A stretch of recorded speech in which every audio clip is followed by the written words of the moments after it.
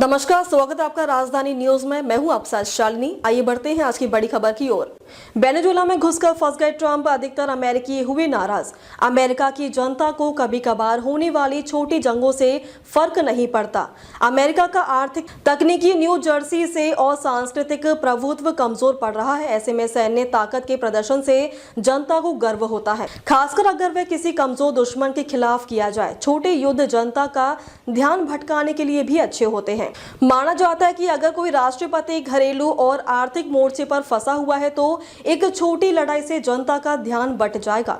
आमतौर पर युद्ध शुरू होने के बाद जनता अपने राष्ट्रपति के साथ खड़ी हो जाती है। 9/11 के बाद तत्कालीन अमेरिकी राष्ट्रपति जॉर्ज डब्ल्यू बुश की अप्रूवल रेटिंग 90% से भी ऊपर पहुंच गई थी। लेकिन अगर डोनाल्ड ट्रंप को लग रहा है कि वे वेनेजुएला में सैन्य हस्तक्षेप का भी वैसा ही असर होगा, तो उन्हें भारी निराशा हाथ लगने वाली है।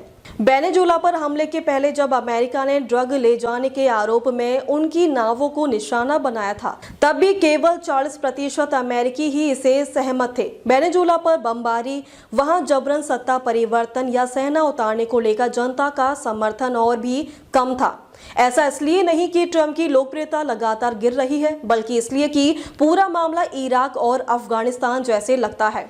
यहाँ लंबे युद्ध के बाद भी हासिल कुछ नहीं रहा। जनता का नजरिया। विदेशी युद्धों को अमेरिकी जनता दो ही नजरिए से देखती है। एक तो दूसरे विश्व युद्ध की तरह, जो नैतिक रूप से सही था और निर्णायक जीत के साथ खत्म हुआ। दूसरा नजरिया है वियतनाम, जहां की लड़ाई से अमेरिका को कुछ नहीं मिला।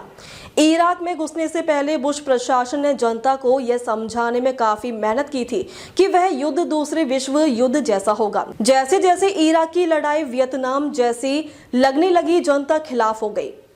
अब तक के लिए बस इतना ही। फिर होगी आपसे मुलाकात, तब तक के लिए नमस्कार और देखते रहिए राजधानी न्यूज।